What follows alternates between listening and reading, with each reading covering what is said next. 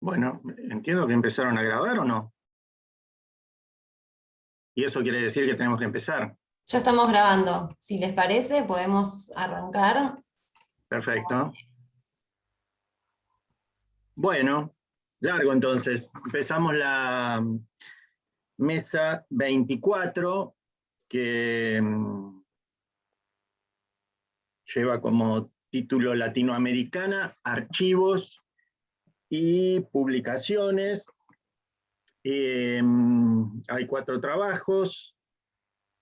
Sofía Bonino, de la Universidad de La Plata, CONICET, La ficción como documento, literatura literatura y realidad en Realidad, Revista de Ideas. El de Paula Lencina Bustamante, de Catamarca, de la Universidad Nacional de Catamarca, problemática en torno a la edición de literatura catamarqueña. Y el de Martín Calabrese, de la Universidad de La Plata, panorama editorial del Quijote en Argentina, el caso de Eudeva. Bueno, y el mío, Martín Sossi, el diseño de un archivo americano, Mariano Picón Salas y Pedro Enríquez Uraña en la encrucijada de los años 40, aunque me sumo, bueno, después lo aclaro, sumo a algún otro autor. Paula, podríamos empezar por el tuyo, si te parece, que vos estabas medio urgida por el tiempo. Sí, bueno, muchas gracias. ¿Se me escucha bien? Perfecto. ¿Sí? Bueno, sí, como dijo Martín, mi trabajo se titula Problemáticas en torno a la edición de literatura catamarqueña y está enmarcada en el proyecto de investigación Historia Crítica de la Literatura en Catamarca, 1980-2015. Bien, este trabajo surge como parte, como dije, del proyecto de investigación, cuyo recorte temporal se ajusta al delineado en el nombre del proyecto. Cabe aclarar que el periodo que va desde 1980 hasta el año 2000 ya ha sido estudiado y registrado en el volumen 4 de Historias de las Letras de Catamarca del año 2006, editado por María Rosa Calas de Clark, por lo que en el presente trabajo haremos una continuación de dicho periodo, tomándolo como fuente principal, entre otras. Uno de los puntos principales que nos interesa exponer es cómo se ha ido editando ficción en Catamarca en los últimos 40 años, así como dilucidar si hubo cambios en los procedimientos que implican la edición, distribución y circulación entre los primeros años del siglo XXI, notoriamente marcado por el avance tecnológico. Para ello haremos una comparación entre el registro realizado en el año 2006 y el acotado registro que pudimos realizar hasta la fecha, debido a que la investigación que estábamos llevando a cabo en bibliotecas provinciales se vio interrumpida prácticamente en sus inicios por la pandemia de COVID-19, generando el cierre de este tipo de establecimientos para el público en general. Pese a ello, creemos oportuno mostrar los avances que logramos en el proceso de investigación. Con respecto al trabajo que realizan los autores literarios a la hora de publicar sus obras, analizaremos los 2 posibles caminos que pueden tomar. Uno de ellos es llevar a una imprenta su trabajo ya diseñado y corregido y hacerse cargo de los gastos económicos. Y el otro es contratar los servicios de una editorial, lo que implica un trabajo más minucioso sobre la edición de la obra. Sin embargo, esta segunda opción puede resultar más costosa aún, ya que el movimiento editorial en Catamarca es escaso, más allá de su crecimiento en los últimos años. Asimismo, observamos que el tiraje de cada edición no suele ser cuantioso y en muchos casos no se realiza una segunda edición, por lo que muchas de las obras que se encuentran en ese registro ya están agotadas. Con respecto al movimiento editorial propiamente, bueno, como dijimos, a la hora de publicar un escritor cuenta con algunas posibles variantes para hacerlo. Una de ellas es recurrir a una imprenta con su trabajo ya concluido. Es decir, una vez que se haya realizado el trabajo de corrección y diseño, ya sea por él mismo o por alguien contratado, lo lleva a la imprenta y solicita una determinada cantidad de copias que después él mismo se encargará de publicar, difundir y vender. Durante este proceso no hay ningún tipo de relación entre el autor y quien se encarga de imprimir el libro. Este no tiene injerencia ni opinión en el acabado del producto, es solamente un negocio comercial de compra y venta, siendo el autor quien asume todos los gastos. Otro camino que se puede tomar es el de contratar los servicios de una editorial, que implica tramitación de ISBN, corrección, diseño, impresión y difusión de la obra. En cuanto a los gastos económicos, estos pueden correr por cuenta del autor o bien de la editorial. En este sentido, puede ser porque la editorial quiera trabajar con un escritor de renombre que le asegure la venta de su material, o porque exista cierta demanda de una obra cuya primera edición ya haya sido agotada. En cualquiera de los dos casos, el tratamiento que se le da a la obra es distinto a la de una imprenta. Aquí está presente la interacción entre autor y editor, la colaboración, la sugerencia. Este proceso puede ser más ameno y personalizado para los escritores. Además, hay un respaldo a la hora de difundir y hacer circular el producto. Puede darse el caso de que un escritor no sea tan conocido por los lectores, pero a través de la promoción de una editorial consagrada tenga un mayor alcance en público y en ventas. Por otra parte, en Catamarca existe la posibilidad de solicitar a la editorial científica universitaria la edición y publicación de una obra.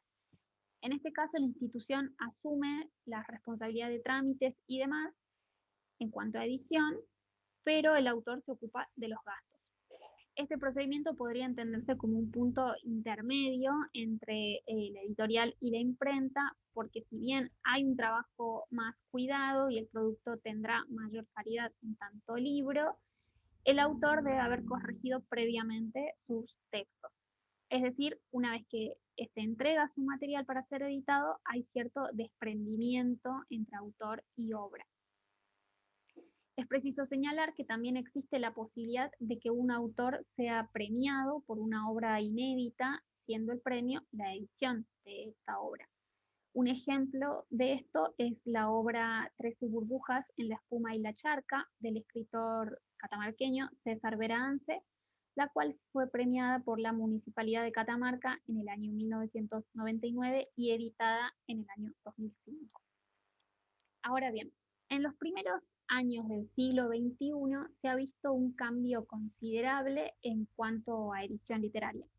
Las ediciones de autores, algunas prácticamente caseras, han disminuido, mientras que las obras publicadas en editoriales han sido cada vez más.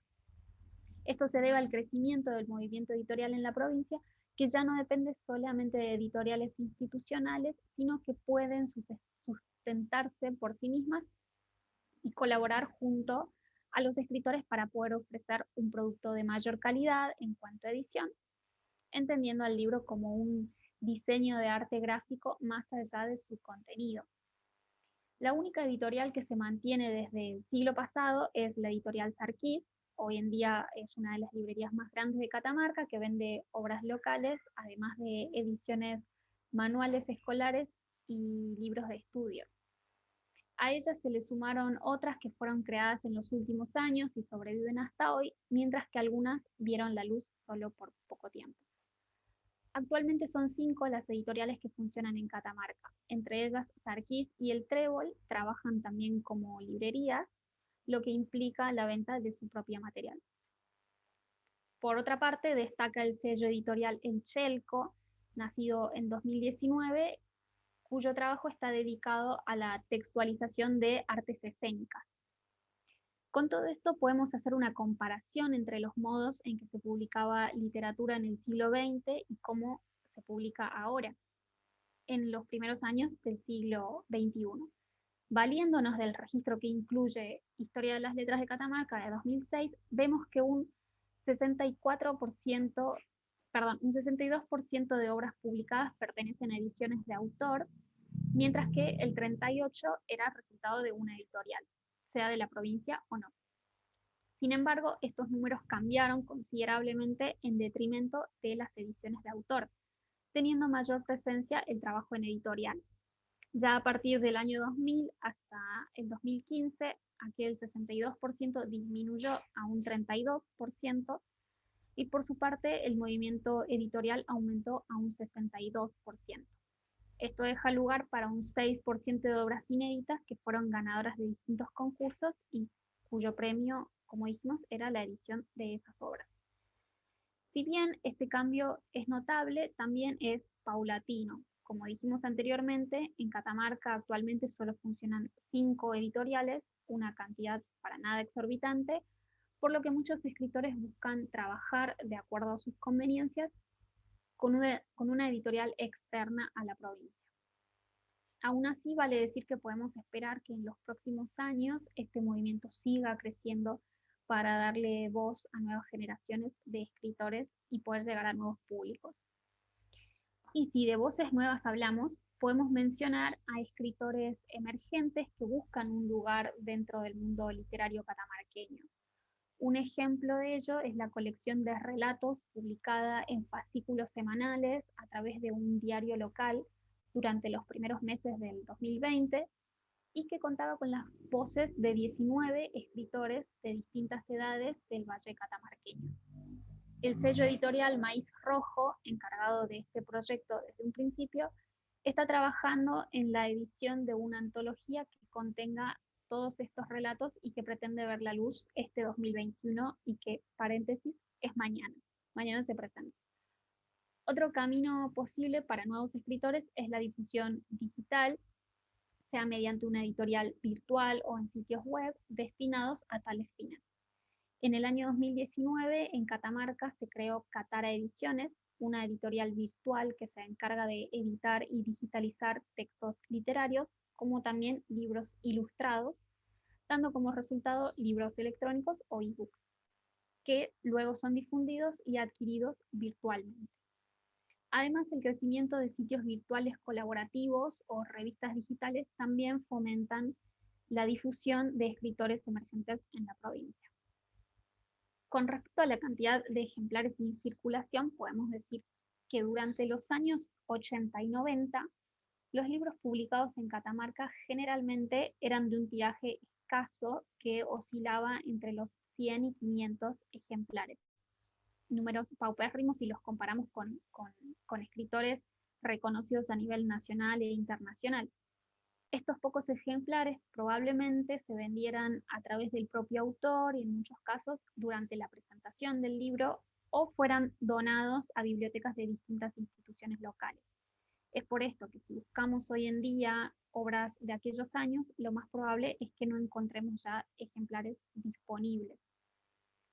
Si bien esto sigue sucediendo en los 2000, con el trabajo de las editoriales surge la posibilidad de una nueva edición de una obra, sea porque la primera tirada se agotó o porque esta como edición de autor haya cultivado cierto éxito y ahora una editorial quiera trabajar con ella. Este es el caso de la escritora Vanina Reynoso, quien publicó su primer libro su primer libro de cuentos en el año 2018, Cuentos en la Noche, mediante la editorial científica universitaria. Y en vistas de que el libro fue un éxito en ventas, la editorial El Trébol le propuso una reedición, conservando el diseño interno y externo del libro, otorgándole una mayor difusión a la obra, además del reconocimiento de un destacado sello de segunda edición que suele tener la tapa del libro en estos casos. Tiene lugar también en este tema la reedición de obras consagradas de autores de gran prestigio que ya no se encuentran en circulación. Tal es el caso de la obra dramática Rosas de Sal, del poeta y dramaturgo Jorge Pablo Antonio. En el año 2017, el Trébol lanzó una edición homenaje de esta emblemática obra con motivo de su aniversario número 27. Similar es el trabajo realizado por Maíz Rojo, que en conjunto con la editorial de Buenos Aires, Leviatán, reeditó el ensayo Hudson a caballo del gran poeta y ensayista catamarqueño Luis Franco, editada por primera vez en 1956. A través de estas reediciones se pone en valor nuevamente obras de gran envergadura que son fundamentales para la literatura catamarqueña, pero cuyos ejemplares escasean debido a la pobreza editorial a lo largo del tiempo. Afortunadamente, el despertar de este movimiento hace que los grandes y los nuevos autores circulen entre los lectores más avesados y quienes se inician en los estudios literarios. Y para ir terminando, como conclusión, como hemos podido notar, el movimiento editorial en la provincia de Catamarca ha crecido de un modo considerable, pero lento. Sin embargo, esta coyuntura no atañe solo a escritores y editores, sino que es evidente una falta de demanda masiva que ponga en circulación los engranajes de este mercado. Si bien hay un círculo de estudiantes, escritores y demás interesados en las letras, siempre es un número muy reducido con respecto a la cantidad de la población. Y cabe preguntarnos qué tiene que llegar primero, si la demanda o la oferta. Pues el propósito de algunos editores es el de llegar a un público general del incentivo por la lectura a través de la circulación de las obras y no esperar a que unas pocas personas pidan por un libro en particular. No obstante, en nuestro análisis también pudimos observar que la publicación de obras literarias ya no está solamente amparada por una institución y no queda relegada a las posibilidades económicas del autor, sino que gracias al mundo virtual y la difusión prácticamente entre conocidos, muchos escritores son descubiertos por editoriales que se interesan en publicar sus textos.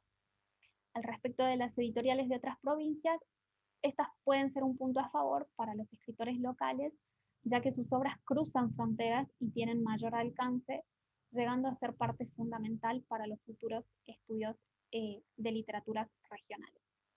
Confiamos en que la literatura, la escritura y la lectura no han pasado al olvido y que nuevas generaciones se interesarán por este arte.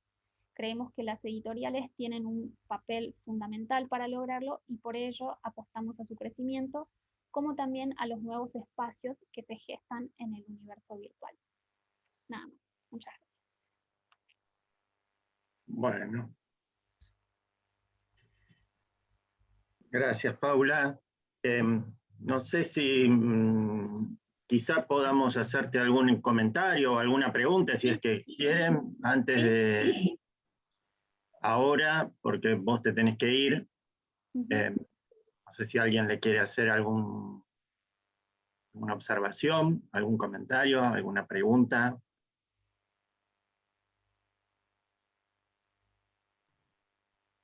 ¿No? ¿Qué tal, Paula? Te quería hacer una pregunta. No sé si allá en Catamarca se da algo que en Buenos Aires y en varios lugares se fue dando desde el 2009 más o menos, que es la Feria del Libro Independiente. No sé cómo es allá el panorama, eso, de pequeñas editoriales independientes que principalmente publican a los partícipes de la editorial y a un grupo reducido de gente. No sé cómo, si ese fenómeno aparece allá o no, o en alguna ciudad cercana, Sí, o sí, si te sí. suena a vos. Sí. Sí, sí. Bueno, estos últimos años que no se realizó la Feria del Libro, sí se hizo en los últimos meses, cuando se habilitó un poco más el-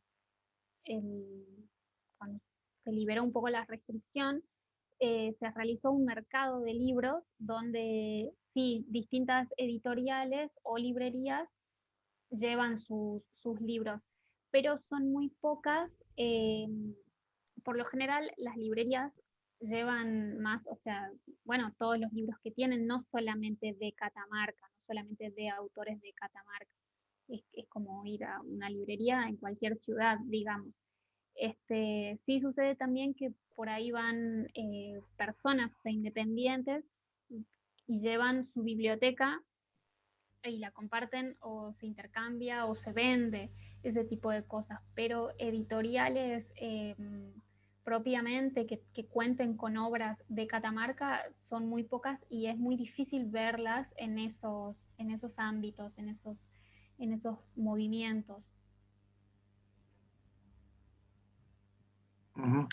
No, y yo te quería preguntar si hacen algún estudio comparativo respecto de lo que sucede en otras provincias, porque algunas de las cosas que vos decías me parecía que podían replicarse incluso en Buenos Aires, ¿no? Digo, cuando vos hablabas de las tiradas, por ejemplo, ¿no? Salvo, no sé, las grandes, no sé, quienes publican en Anagrama, pongamos, ¿no? Pero después las editoriales pequeñas, me parece que las tiradas deben ser muy similares, ¿no? E incluso lo que decías respecto de las reediciones, el hecho de no reeditar, hoy encontrar una novela argentina que se publicó hace 10 años, resulta, bueno, ahora tenemos Mercado Libre, pero el Mercado Libre, digamos, era muy difícil de conseguir. Claro, sí, no lo hacemos a ese estudio comparativo justamente porque el proyecto es de Historia de las Letras de Catamarca, entonces este proyecto tiene como objetivo publicar el 5º tomo, ya hasta el año 2006 se publicó el 4º, entonces se limita acá, por ahí toma algunos autores vecinos, pero que publican en Catamarca o que son de Catamarca y publican en otra ciudad, pero el estudio se circunscribe a Catamarca. Pero sí, no tengo dudas de que en muchas otras ciudades también debe pasar.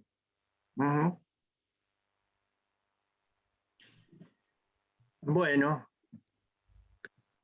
¿alguna otra pregunta? Si no, te liberamos cuando necesites irte. Bueno. Adelante.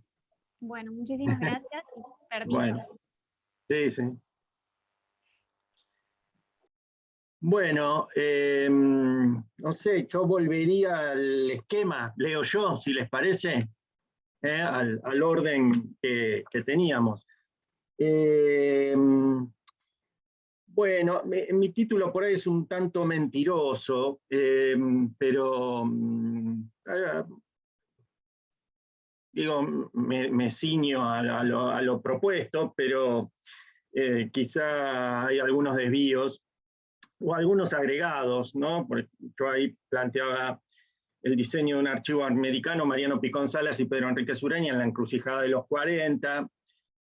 Es un trabajo un tanto comparativo, al menos en cuanto a ciertas historias. La idea central, creo, es comparar ciertas historias de la literatura que aparecen en los años 40, comienzos de los años 40, sobre todo de la literatura latinoamericana, ¿no?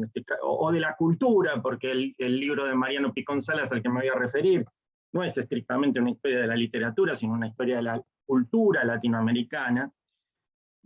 Y yo tenía alguna intuición de que ahí en los años 40 había como un núcleo importante de producciones latinoamericanas, y efectivamente es así, porque en esos años se concentran una serie de trabajos muy importantes, ¿no? Los trabajos principales de Enríquez Ureña, bueno, la obra de Picón Salas, algunos textos de Arturo Torres Rioseco, el crítico chileno. En el ámbito argentino, ciertas producciones vinculadas con el Instituto de Filología, con la fase final, digamos, de la dirección de Amado Alonso, algunas ediciones de Ángel Rosenblatt, por ejemplo, de la obra del Inca Garcilaso de la Vega, ahí se publican los comentarios reales, la historia general del Perú, que son ediciones de Rosenblatt, la historia índica de Sarmiento de Gamboa, bueno, y vinculado con la editorial Losada, por ejemplo, ¿no? Que se crea creo en el 38, las vinculaciones del Instituto de Filología y las publicaciones y las colecciones que dirige Enríquez Ureña, la Biblioteca Americana, bueno, hay toda una serie de elementos. Y me parece que ahí en esos años también hay como una especie de contrapunto con cierta crítica española, puntualmente de fines del 19. Me parece que la figura de Menéndez Pelayo ahí jugaba como un rol muy importante contra la que en algún sentido se están contraponiendo, ¿no? La antología de poetas hispanoamericanos, que es de 1893-95, y que luego se reedita como historia de la literatura hispanoamericana, o de poetas hispanoamericanos en 1913.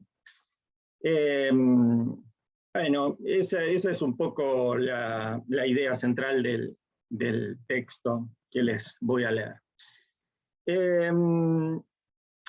Entre 1893 y 1895, Marcelino Menéndez Pelayo publica en Madrid, y a pedido de la Real Academia Española, la antología de poetas hispanoamericanos, que constituye, por más de una razón, un texto contra el que se posicionarán y con el que polemizarán diferentes críticos latinoamericanos a los pocos años de haber sido publicado.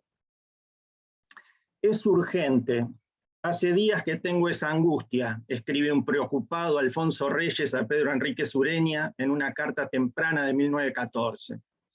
Hay que emanciparse de Menéndez Pelayo.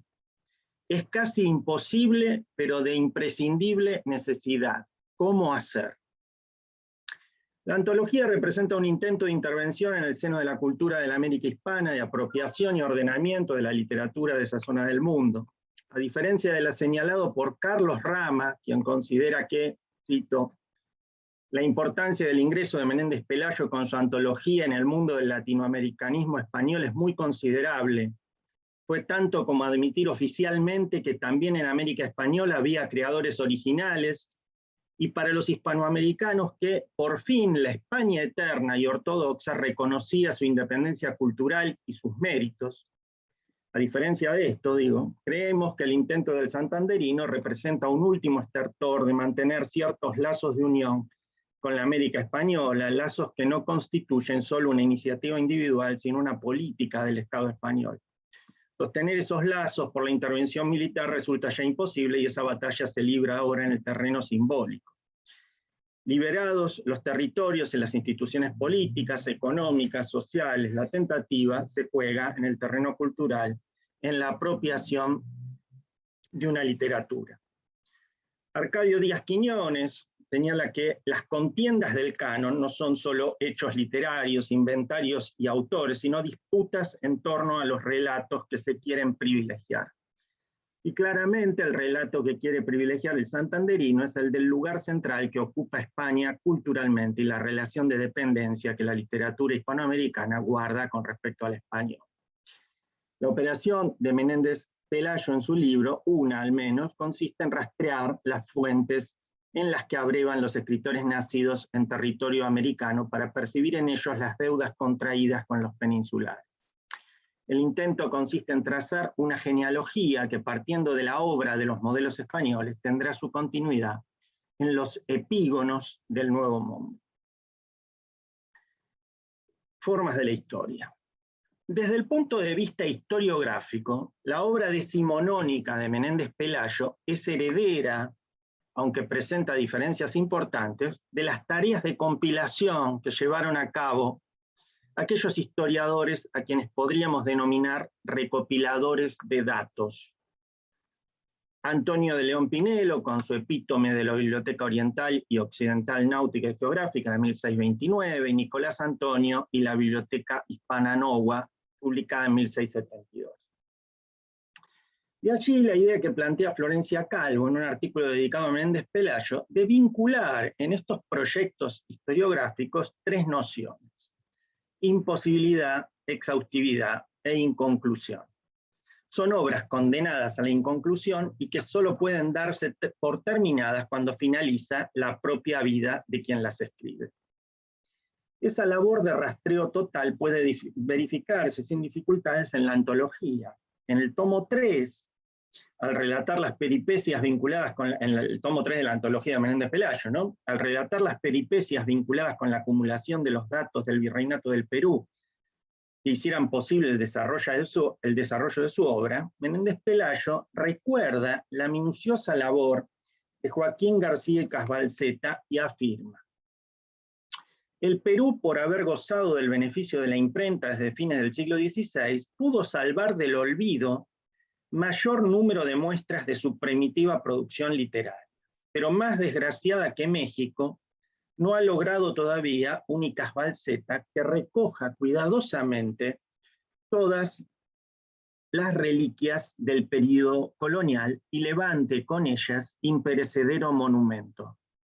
Faltos de un guía tan docto y autorizado, hemos tenido que recoger afanosamente las noticias literarias del Perú en fuentes muy variadas y dispersas, y seguramente nuestro trabajo hubiera resultado incompletísimo, sobre todo para los primeros tiempos de la colonia, si generosamente no se hubiera brindado a enriquecerle con noticias peregrinas el que podemos llamar nuestro primer americanista, don Marcos Jiménez de la Espada. Fin de la cita. Mayor número de muestras todas las reliquias, incompletísimo. El problema de la cantidad y de alcanzar la totalidad de las producciones es una de las inquietudes que guían a Menéndez Pelayo a la hora de producir la antología. Como una suerte de utopía del coleccionista, el objetivo es cubrir la totalidad de lo conocido y descubrir lo desconocido hasta donde resulte posible. Porque si bien los textos antologados son limitados y responden a criterios selectivos, la labor de rescate que efectúan los estudios críticos, los nombres que allí aparecen, la mención de las obras, exceden en mucho la selección brindada al lector. Estos son los límites, el horizonte de expectativas con los que parece lidiar la obra del santanderino. Como si no se pudiera hacer historia de otra forma, resulta necesario indagar en la totalidad para luego, dentro de esa totalidad abrumadora, que parecería no poder dejar de mencionarse, rescatar solo algunas obras como fruto privilegiado de esa misma totalidad. En relación con lo que venimos señalando, Enrique Sureña realiza una crítica a la antología. En un texto de los años 20, Camino de nuestra historia literaria, el dominicano señala que don Marcelino se consagró a describir uno por uno los árboles que tuvo ante los ojos. Hacia la mitad de la tarea lo traicionó la muerte. La proliferación solo puede ser conjurada por la muerte. Pero lo que parece estar reclamando Enrique Sureña es la consideración de otro modelo de historia literaria en el que tome la palabra lo social o lo conceptual por sobre el mero acopio. No la tarea infinita de recopilación de datos vinculada desde un punto de vista lógico, el principio de inducción, sino más bien un principio deductivo, el establecimiento de una hipótesis que luego podrá ser contrastada con los acontecimientos. Lo que los historiadores posteriores reclamarán es la organización de la historia literaria a partir de ciertas líneas que le brinden coherencia y que permitan apreciar un desarrollo y una evolución y no una mera sumatoria de nombres. En esta línea pueden leerse las palabras de Pedro Enrique Sureña en la introducción a las corrientes literarias de la América hispánica. Las páginas que siguen no tienen la pretensión de ser una historia completa de la literatura hispanoamericana.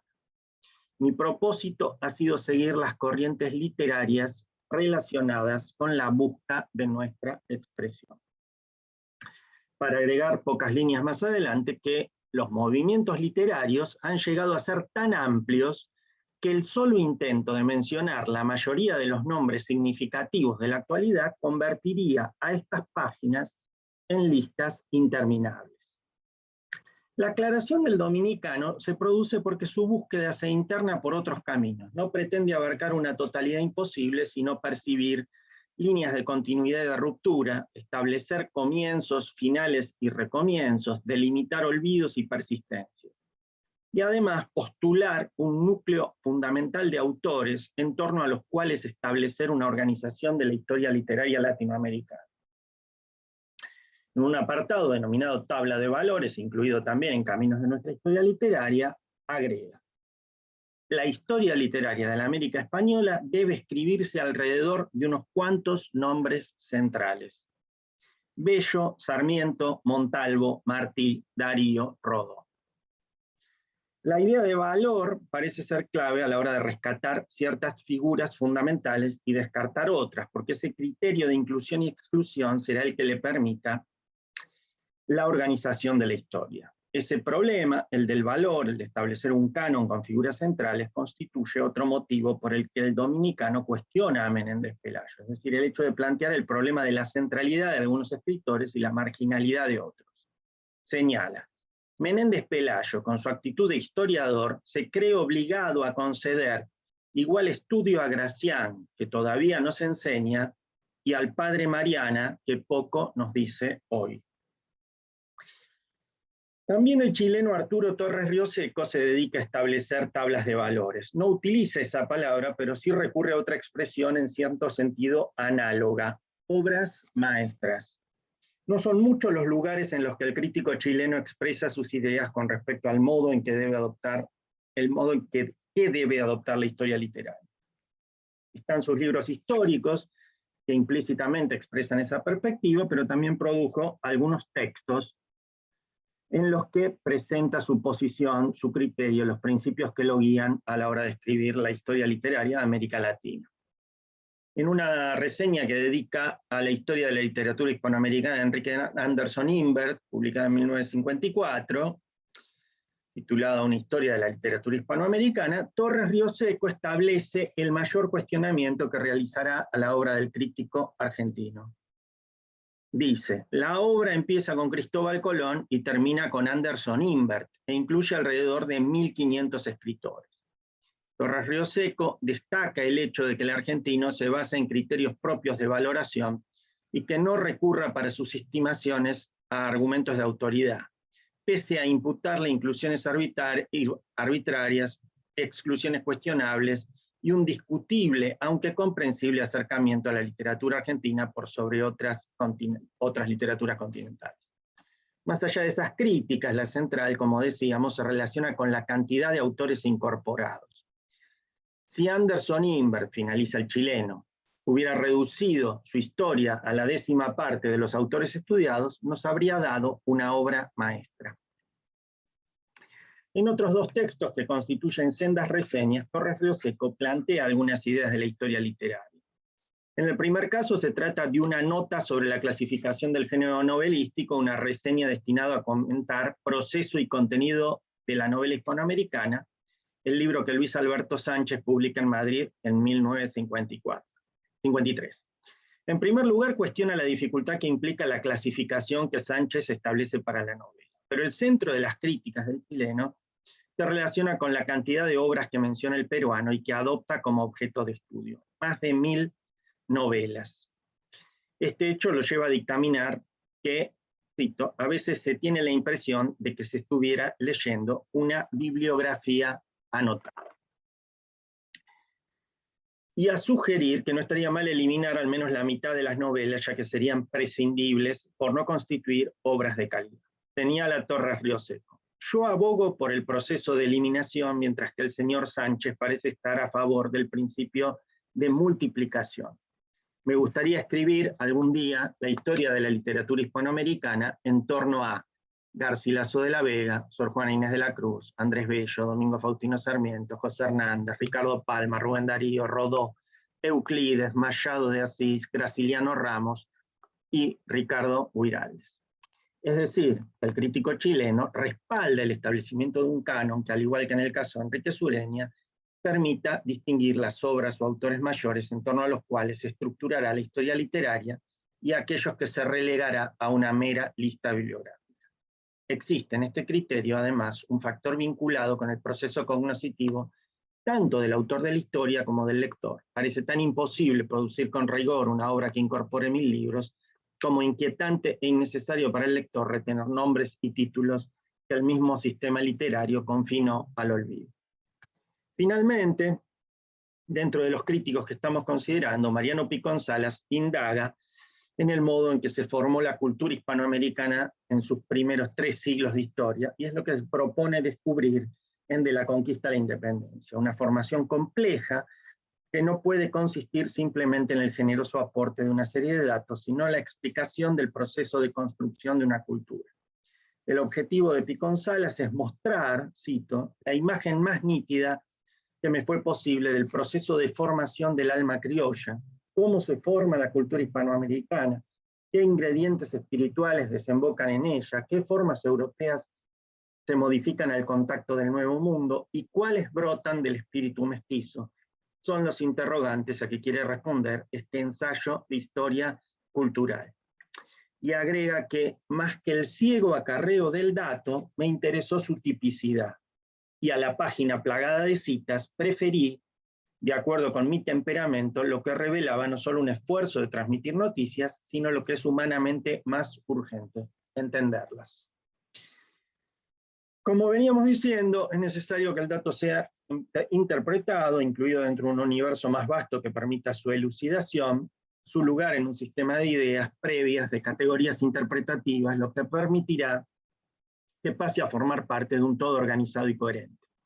Es precisamente lo que destaca Enrique Sureña, Enrique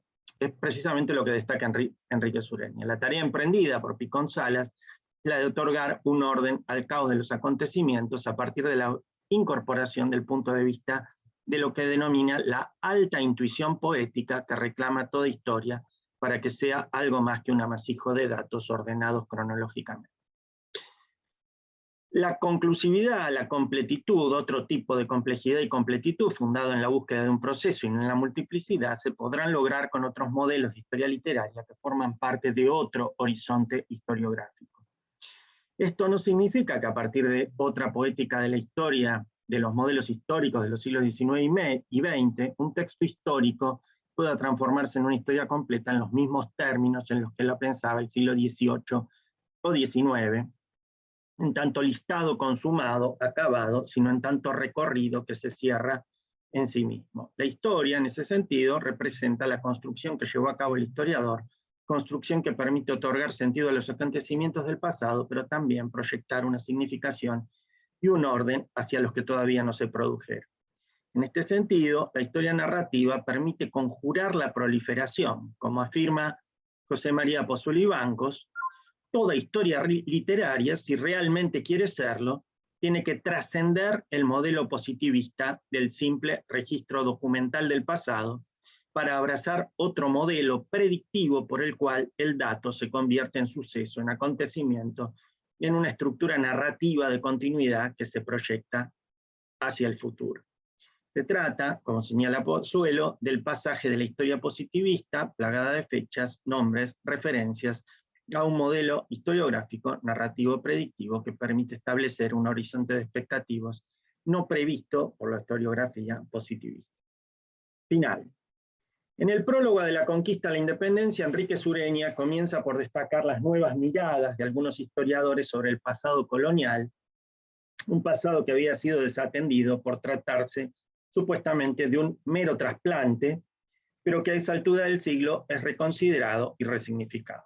Enrique Sureña manifiesta que para Picón Salas la cultura colonial, lejos de ser trasplante e imposición, comienza a ser vista como obra de la fusión de lo indígena con lo europeo.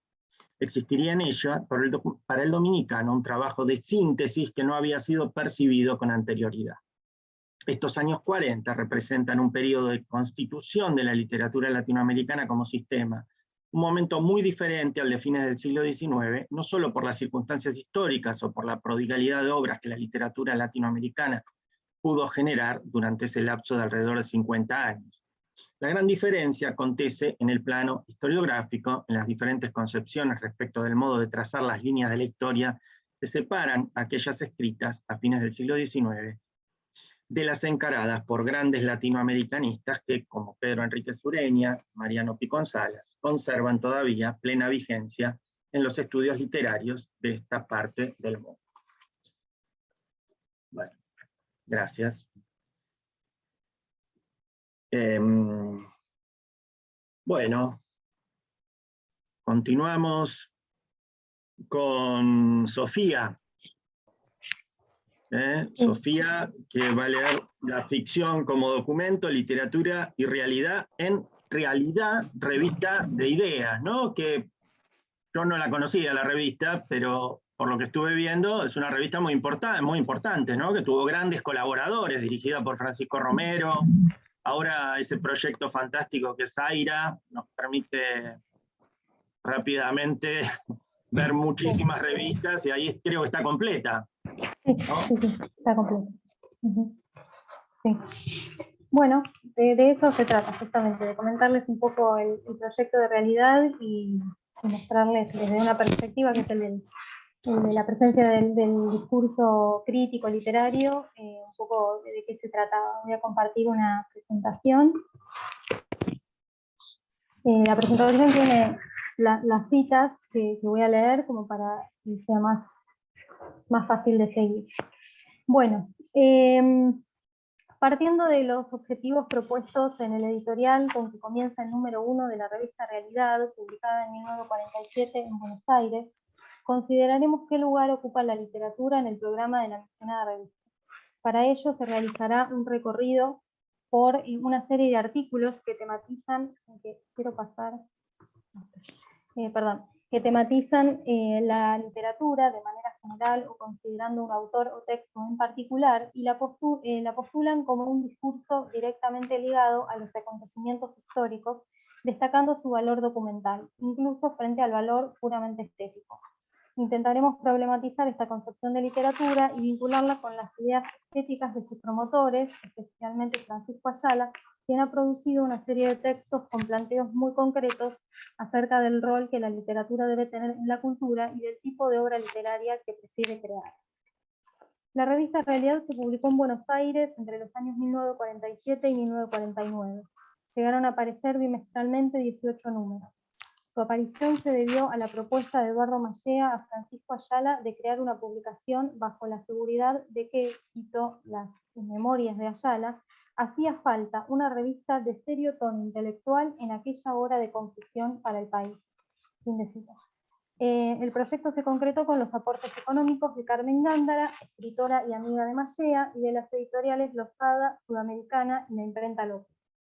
Esta publicación se caracterizó por su marcado tono intelectual y ensayístico y por la diversidad y densidad de su contenido.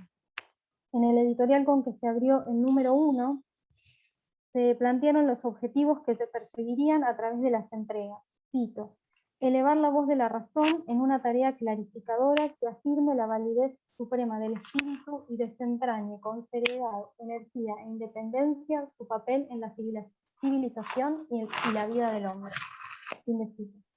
Realidad se pensó como un ámbito para reflexionar sobre la situación de la cultura occidental en el periodo de posguerra, para pensar qué posición debía tomar Occidente frente a la crisis, ya que sostenían, cito, se halla en la obligación de proporcionar al mundo entero un programa completo de vida y pensamiento.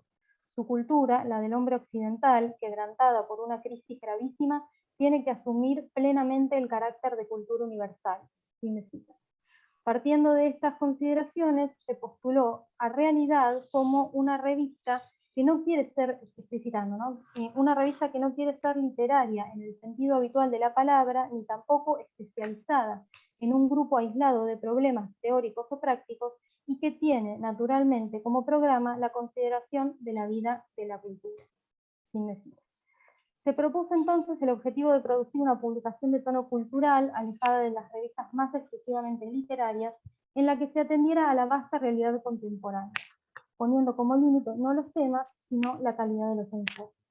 Realidad se destacó también por la importancia de muchos de sus colaboradores, entre ellos Bertrand Russell, Jean-Paul Sartre, Martin Heidegger, Thomas Eliot, Arnold Toynbee, entre otros.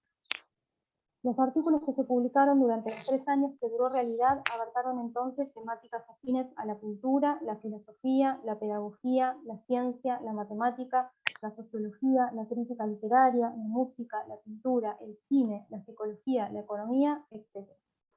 Algunas colaboraciones se caracterizaron por su complejidad y especificidad teórica y otras fueron de carácter más general. No obstante la diversidad temática mencionada, hay entre los artículos, reseñas y comentarios publicados una clara preponderancia del discurso ensayístico, tanto filosófico como literario. Si bien en el editorial se aclara que la revista no quiere ser literaria, la fuerte presencia del discurso metaliterario nos lleva a preguntarnos cómo los miembros de Realidad y sus colaboradores analizaron la literatura contemporánea y clásica para que aportara a los objetivos propuestos al inicio. Por decisión de Ayala no se incluyeron, por lo menos hasta el final, textos de creación literaria. Recién en las 2 últimas entregas, el español cedió ante las presiones de Mallea e incluyó su novela corta El Tajo en el número 16. Y Mallea publicó en el último número su texto La razón humana. Encontramos entonces, sobre todo, artículos de crítica o análisis literario. La fuerte presencia de los textos recién mencionados en los números de Realidad quizás pueda explicarse desde la composición del comité de redacción y desde la distribución de responsabilidades dentro del mismo. La publicación fue ideada por Mallea, quien le propuso la dirección a Francisco Ayala. Ayala se negó, temiendo que su condición de extranjero exiliado lo colocara en una posición vulnerable al ser la figura visible en la toma de decisiones, por lo que la revista fue finalmente dirigida por el filósofo Francisco Romero. Sin embargo, la figura de Ayala, junto con la de Lorenzo Luzuriaga, fue preponderante durante los 3 años que duró la publicación. Ambos intelectuales, como secretarios de redacción, gestionaron no solo gran cantidad de colaboraciones, sino también las publicidades y se ocuparon de administrar los fondos. Lorenzo Luzuriaga era pedagogo, pero Ayala tenía una formación transversal que abarcaba el derecho, la sociología y la literatura. Los artículos publicados por Ayala atraviesan entonces diferentes temáticas y muchos de ellos son específicamente literarios. Eduardo Mallea, Carmen Gándara y Guillermo de Torre, escritores y críticos literarios, tuvieron también un lugar destacado en el comité de redacción, aunque de Torre se sumó recién en el número 7. A ellos debemos sumar los nombres de Ezequiel Martínez Estrada, Carlos Alberto Erro y Amado Alonso, quienes también tenían una trayectoria en las letras y eran destacadas figuras en el campo intelectual artístico. Francisco Ayala tenía una posición clara respecto del tipo de literatura que exigía la coyuntura histórica. Las inquietudes en este aspecto iban para Ayala más allá de la revista. Esto puede observarse con claridad en el proemio a La cabeza del cordero, publicado en 1949. El estado de crisis que Ayala observaba en la sociedad a partir de la Primera Guerra Mundial por el paulatino desmoronamiento de los conceptos por los que se había guiado la sociedad occidental hasta el siglo XIX, lo llevó por un lado a renegar de su pasado vanguardista y calificarlo con dureza, y por otro a reorientar el camino de su literatura ligándola a la realidad extraliteraria y haciéndola reflexionar sobre los motivos, las posibles salidas, las consecuencias de los cambios acaecidos. Cito un fragmento del proemio. Todo aquel poetizar florido en que yo hube de participar también a mi manera, se agotó de repente, se ensombreció aquella que pensábamos aurora con la gravedad hosca de acontecimientos que comenzaban a barruntarse, y yo por mí me reduje al silencio. Puse tregua a mi gusto de escribir ficciones y acudí con mi pluma al empeño de dilucidar los temas penosísimos, oscuros y desgraciados que tocaban nuestro destino. ¿Qué sentido podía tener aquel jugueteo literario, estetizante y gratuito a que estábamos entregados? Palabras similares a estas encontramos, encontramos en el editorial de Realidad, aparecido sin firma, pero atribuible a la pluma de Francisco Romero y Francisco Ayala. Cito: si algo, sin embargo, nos parece indudable, es que la obra no tolera el juego brillante, la amable superficialidad, el entretenimiento de lo episódico. Fin de cita. Más allá de la coincidencia, los fragmentos citados del proemio y la propia actitud del escritor muestran claramente cómo Ayala concebía en ese momento la relación entre literatura y realidad extraliteraria. Cuando la situación lo exigió, dejó de lado la escritura de ficción para dilucidar, como cité en el proemio, dilucidar los temas penosísimos, oscuros, desgraciados que tocaban nuestro destino. Y cuando reanudó la actividad literaria, su último libro había sido Cazador en el Alba, de 1930, optó por otro tipo de literatura, y en esta nueva etapa surgieron Los usurpadores y La cabeza del cordero. De la primera dice en el proemio, cito: viene este libro después de Los usurpadores, cuyas piezas proyectan sobre diferentes planos del pasado angustias muy de nuestro tiempo.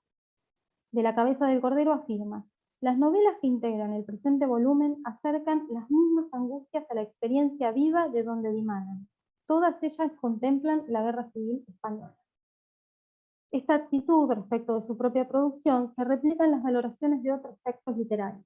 No es casual que en el número 1 de Realidad apareciera la reseña de la novela Nada, de Carmen Laforet, no en la sección dedicada a comentarios de libros, llamada Notas de Libros, sino en la sección principal. En este artículo, titulado Testimonio de la Nada, la literatura será considerada principalmente como testimonio. La lectura que Ayala hace del texto va en consonancia con esta idea. Cito a Ayala: el suceso de esta voz fresca, aunque transida de dolor y empañada de angustia, rebasa cualquier estricta significación literaria para asumir un sentido mucho más hondo. Es la señal que de sí misma ofrece una generación recién llegada. La discusión acerca de las calidades imaginativas o estilísticas manifiestas o prometidas en el libro acerca del grado de realización o frustración artística se hace baladí ante dicho significado, pues ya no interesa tanto apreciar el mérito de la obra ni discutirlo como apurar su valor de documento. Testimonio único de esa generación española que, todavía en la infancia, hubo de sufrir la guerra. El valor que encuentra Ayala en esta novela es la posibilidad de interpretar la coyuntura desde la perspectiva de una nueva generación y a su vez se postula que ante esa función el análisis puramente estético resulta secundario. Encontramos una idea coincidente en otra reseña también publicada en el número 1 que, al igual que Testimonio de la Nada, aparece fuera de la sección Nota del libro. el comentario de la novela Lago Argentino, realizado por Carmen Gándara. Allí la escritora destaca el modo en que la obra refleja la realidad argentina. Cito a Gándara. El hecho de haber encarado el autor simplemente, sin prevenciones, sin miedo ni rodeos, una tremenda realidad, y habernosla traído en bruto tal cual es a nuestras manos, hace que el libro sea ante todo innegablemente un dato de extrema importancia, un documento sobre una realidad magnética. A pesar de los desencuentros ideológicos con Gándara, especialmente respecto del debate sobre lo nacional y el nacionalismo, encontramos aquí una mirada similar en relación a la posibilidad de acceder a través de estas expresiones artísticas a aquella realidad en la que la revista se ha propuesto indagar. En el caso de Ayala se destaca el sentimiento de vacío de toda una generación, aquella que creció durante la Guerra Civil. En el caso de Gándara, la vida en contacto con la naturaleza, el carácter forjado en este contexto, características que la novelista atribuye a la esencia nacional. Esta mirada se repite a lo largo de los 18 números de realidad, especialmente en los textos en los que se aborda la prosa, particularmente la novela. Por una cuestión de espacio, nos referiremos a una serie de colaboraciones que llegó a convertirse en sección por la regularidad con la que apareció en los diferentes números. La sección Carta de España, a cargo de Ricardo Bullón y José Luis Cano. La elección de esta sección se debe a que su regularidad les permitió a sus responsables abarcar varios aspectos de las letras españolas y que las ideas planteadas tuvieran cierta continuidad de número a número. Los corresponsales ofrecieron al público un panorama para nada alentador de la situación cultural de la península. Esta sección evidenció la voluntad de Ayala, de Zuriaga y de Torre de establecer un puente con los intelectuales que, a pesar de su disidencia con respecto al régimen, se habían quedado en España, y resulta fundamental para analizar el estrecho vínculo entre la publicación, el exilio y la península. Las ideas sobre la cultura y el arte allí volcadas por los corresponsales no solo están en consonancia con lo planteado al inicio de este trabajo, sino que aportan también una mirada amplificadora de los efectos del totalitarismo, preocupación constante durante toda la trayectoria de realidad. La primera colaboración, firmada por un corresponsal, pero atribuible a José Luis Cano, se refiere a la trayectoria literaria de Camilo José Cela. Del escritor gallego se elogia la primera novela, La familia de Pascual Duarte, y luego se critican duramente los textos que siguieron a esta novela, tanto de prosa como de poesía. Pero después, al hablar de La colmena, Cano dice lo siguiente. Queda la incógnita de La colmena, la novela que la censura española ha prohibido y que Cela tiene intención de editar en Argentina. Mis noticias son que, en esta novela, que es su última producción, Cela vuelve por sus fueros y ha logrado una narración bronca y desgarrada de un palpitante interés, porque además el tema, si no me engaño, tiene como fondo la Guerra Civil Española o sus prolegómenos. Destacaremos de este fragmento dos cuestiones fundamentales. La referencia a la censura y a la posibilidad de sortear la misma publicando en Argentina, y la valoración de Cano, que considera que La colmena puede ser interesante, especialmente porque ha tomado como tema la Guerra Civil Española. En la crónica publicada en el número 6, el corresponsal aporta su apreciación sobre la novela Nada, que ya hemos mencionado. Cito, a mi juicio sigue siendo la mejor novela escrita en España después de nuestra guerra. En el número 10, Ricardo Bullón intenta explicar el motivo por el cual la poesía ha reverdecido en la península mientras la novela se encuentra en crisis. Cito, la explicación de este fenómeno exigiría investigar las diversas características de la creación lírica y la creación novelesca. La primera es en puridad la expresión de sentimientos personales.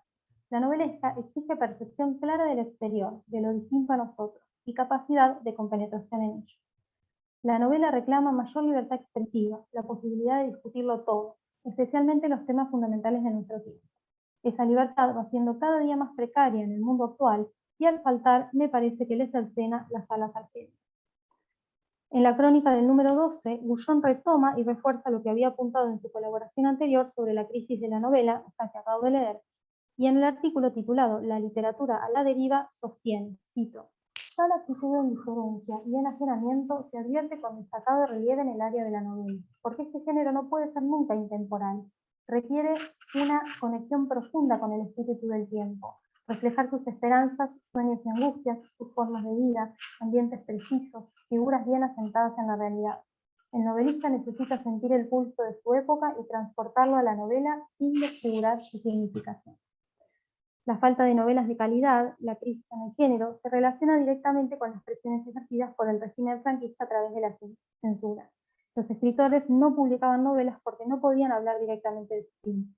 La censura previa entonces era la responsable de la vacuidad que sufrían las letras de España. El escritor propone una lectura de las letras españolas atravesado por las circunstancias, lo cual permite un análisis reversible. Transmite cómo ha afectado la crisis a la literatura, pero habilita también la lectura inversa. ¿Qué nos dirán esas obras sobre el momento en que fueron escritas? Las citas que hemos tomado son una pequeña muestra de un modo de abordaje que se multiplica en las diferentes colaboraciones y secciones de la revista. Esta misma mirada sobre la prosa, con matices, está presente en artículos de gran importancia como el de Jean-Paul Sartre, Rosa Chazelle o los dos de Otto María Carpados, y otros más. Y finalmente, mucho podríamos decir sobre los textos que retoman la literatura argentina del siglo XIX. A pesar del necesario recorte, las colaboraciones comentadas permiten observar qué es lo que se busca en la literatura, por lo menos en el ámbito de la prosa y particularmente en la novela. La conexión con el tiempo presente, con los acontecimientos de la hora, acerca de los cuales se han propuesto reflexionar los intelectuales, promotores y participantes de realidad.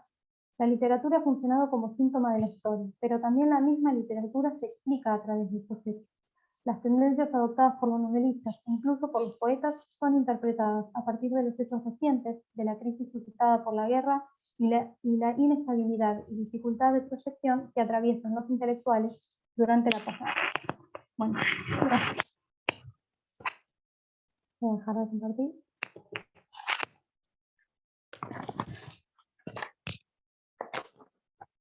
Ahí está. Bueno, bárbaro, gracias, Sofía. Vamos al último trabajo y después, en todo caso, dedicamos un ratito a algunas preguntas o comentarios. Martín Calabrese, de la Universidad de La Plata.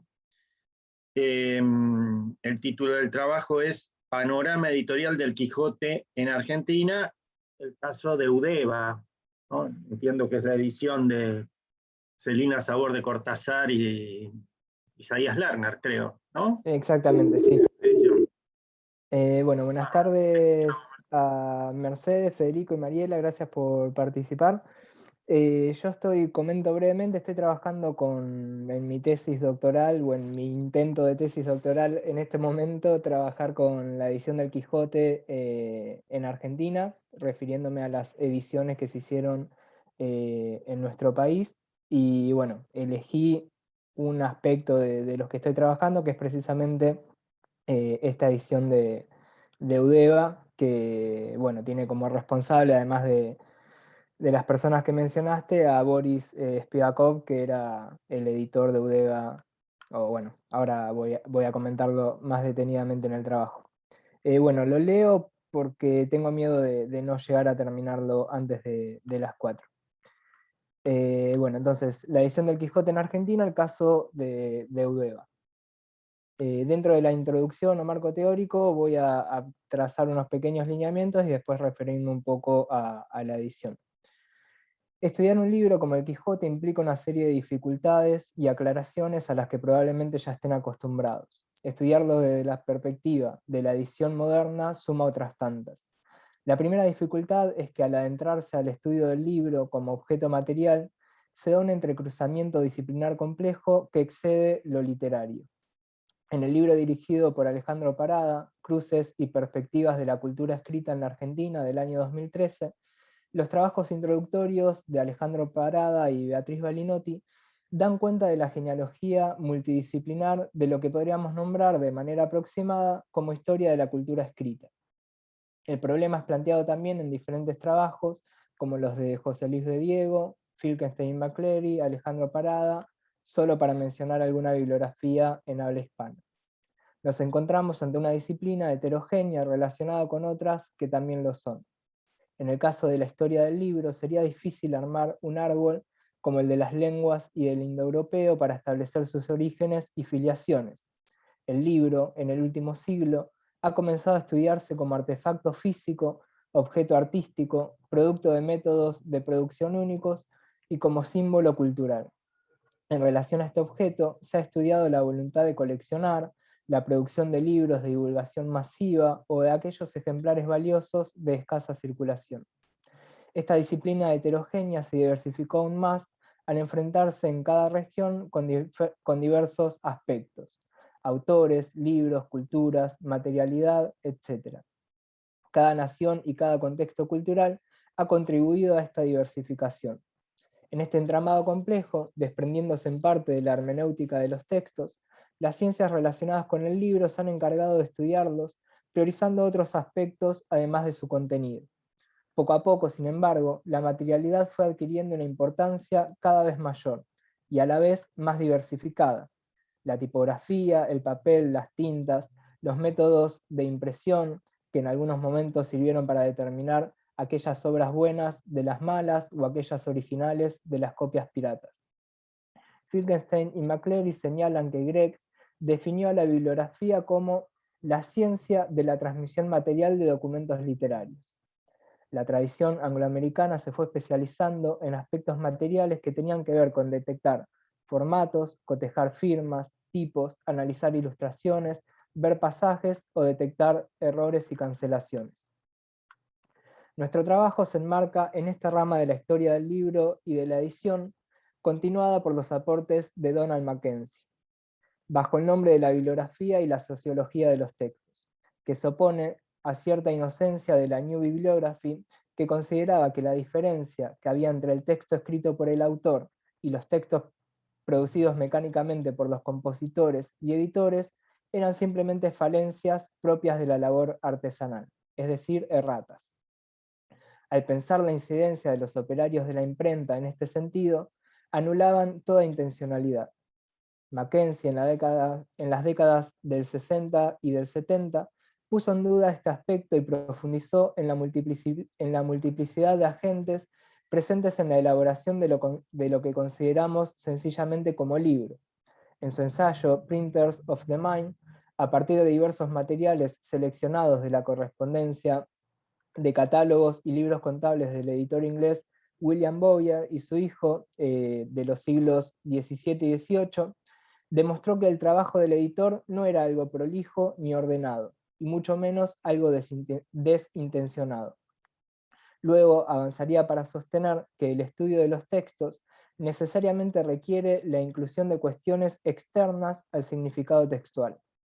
El sentido, por lo tanto, no es inherente, sino que está constituido por sucesivos actos interpretativos a cargo de quienes escriben, diseñan, imprimen los libros, y también a cargo de aquellos que los leen.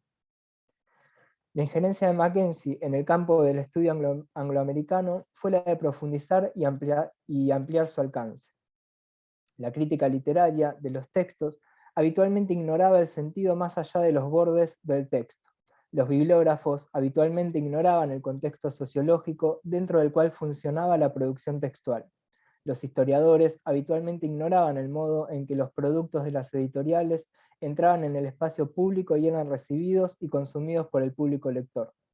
Mackenzie proponía que los investigadores fueran más allá de la interpretación de los textos como meros productos de la intención del autor, o incluso solamente como efectos de las examinaciones cuantitativas y macrohistóricas de las tendencias de las editoriales e imprentas, y se dirigieran hacia un estudio de los textos como productos mediados en los cuales uno podía encontrar trazos de un sentido económico, social, estético y literario.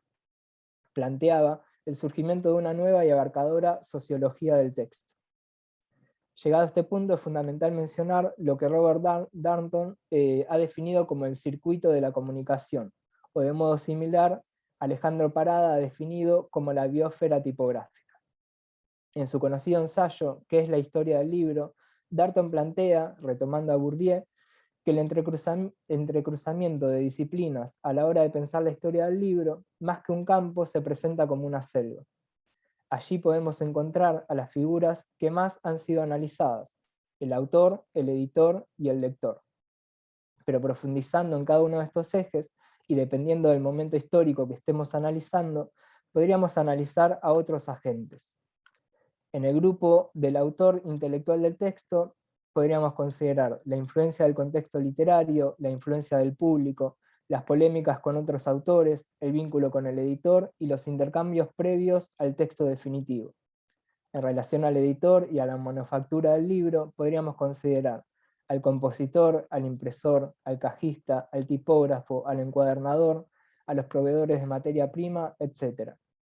En la esfera del lector, a los lectores, a los compradores, usuarios de bibliotecas, influencias intelectuales y la publicidad, sanciones políticas y legales, fletadores, agentes, contrabandistas, encargados de almacenes de libros, vendedores de libros, docentes y demás. Alejandro Parada plantea el problema de forma similar, advirtiendo la complejidad y la heterogeneidad de la disciplina. Tales dimensiones pueden abordar, como en este libro, algunos de los tópicos siguientes: la clasificación de las bibliotecas, los lugares sociales del libro, la cultura impresa en la sociedad y en la vida cotidiana, las imágenes de la escritura y de la lectura, las prácticas editoriales, entre muchas otras. Estos espacios interrelacionados constituyen el medio ambiente tipográfico donde se desarrolla la diversidad de la vida lectora. En esa especie de biosfera tipográfica se puede presentar la oportunidad de escuchar e interpretar las voces de los lectores, aunque en ocasiones sean algunos susurros o su ominoso silencio más elocuente que el devenir del texto. Como señala Chartier al prologar a Mackenzie, Mackenzie se plantea contra la abstracción del texto. Muestra que el estado y la interpretación de una obra depende de las consideraciones materiales. Contra la muerte del autor hace hincapié en el papel del autor junto con el librero y el impresor, en la definición de la forma dada a la obra. Contra la ausencia del lector, recuerda que el significado de un texto se produce siempre en un marco histórico y depende de las lecturas de diferentes lectores y que le proporcionan significado. Esta biosfera tipográfica presenta diversos ámbitos que han sido abordados a la hora de estudiar la historia de la lectura. Parada los organiza de la siguiente manera: el lingüístico, el temático, el metodológico, el documental, el teórico y el plural. Destaca la importancia de considerar la influencia recíproca y la simbiosis entre la lectura y la escritura, y en ese cruce se abre en una extensión considerablemente mayor la representación y el significado. Voy a resumir un poco y saltear unas partes. Bien, eso quería presentar sencillamente como un marco que obviamente se podría extender y diversificar, pero para plantear sencillamente un panorama. Una vez planteado esto, me voy a referir a los dos Quijotes que podríamos considerar, o a los Quijotes posibles de Boris Spivakov. Nuestra atención se centra en un libro escrito y publicado en español y que a lo largo de 4 siglos de existencia ha atravesado diversos procesos de recepción que lo posicionaron en el centro del canon, no solo dentro de la literatura de su país de origen, sino también en el ámbito universal. Cada región en este sentido puede ser investigada como un caso particular, con diferencias y similitudes con el resto de los casos. A diferencia de otros, nuestro objeto de estudio ha estado presente a lo largo de gran parte de toda esa historia de la edición, el libro y la lectura.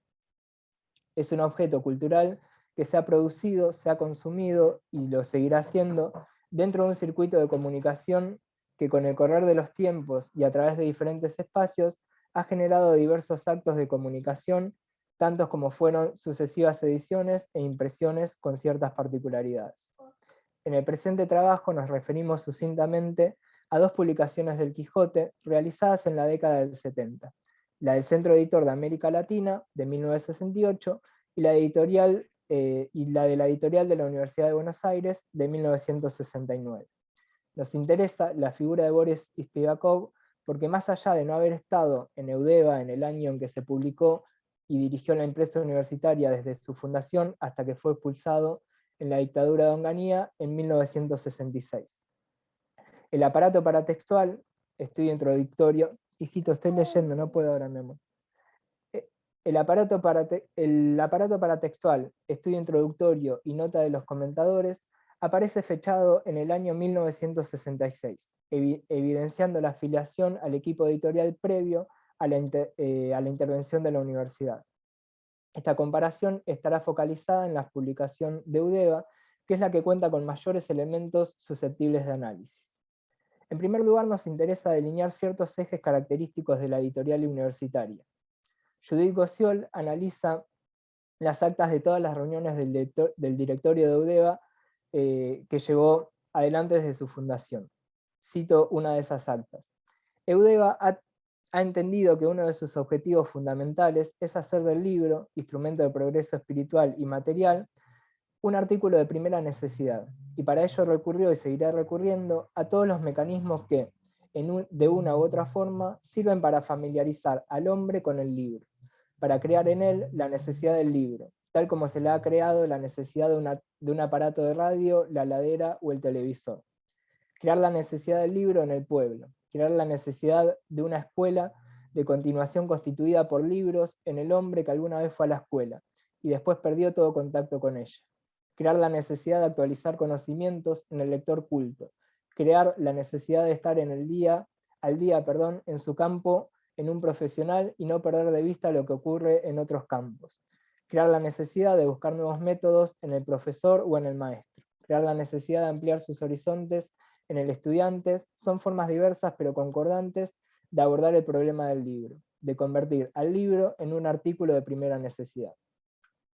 Recientemente, en los cuadernos del Centro de Estudios en Diseño y Comunicación de la Facultad de Diseño y Comunicación de la Universidad de Palermo, se ha dedicado un número al abordaje del tema, edición universitaria y políticas editoriales como objeto de análisis.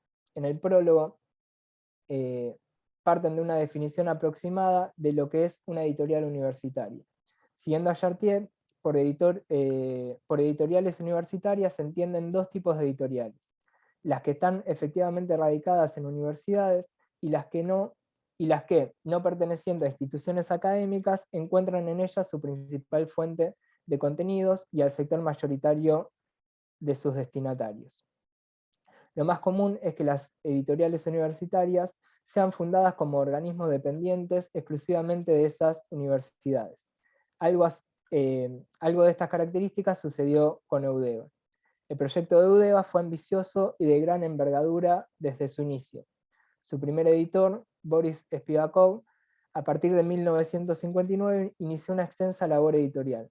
En 1965 la editorial contaba con 830 distribuidoras y librerías que ofrecían el material de Eudeva, 103 puestos de diarios y revistas, y bueno, acá hay una serie de datos que dan cuenta de la magnitud precisamente de la editorial Eudeva y de cómo Spivakov había planteado un esquema de distribución que desde Buenos Aires se extendiera hacia todo el país. El contexto político internacional y económico fue propicio para el surgimiento y el desarrollo de la editorial. En este contexto de posguerra y de recuperación económica global, se propagó la idea del desarrollo económico como el soporte necesario para la democracia, que se difundió desde Estados Unidos y llevó a varios estados latinoamericanos a tener redes de colaboración y búsqueda de inversiones por parte de organismos internacionales.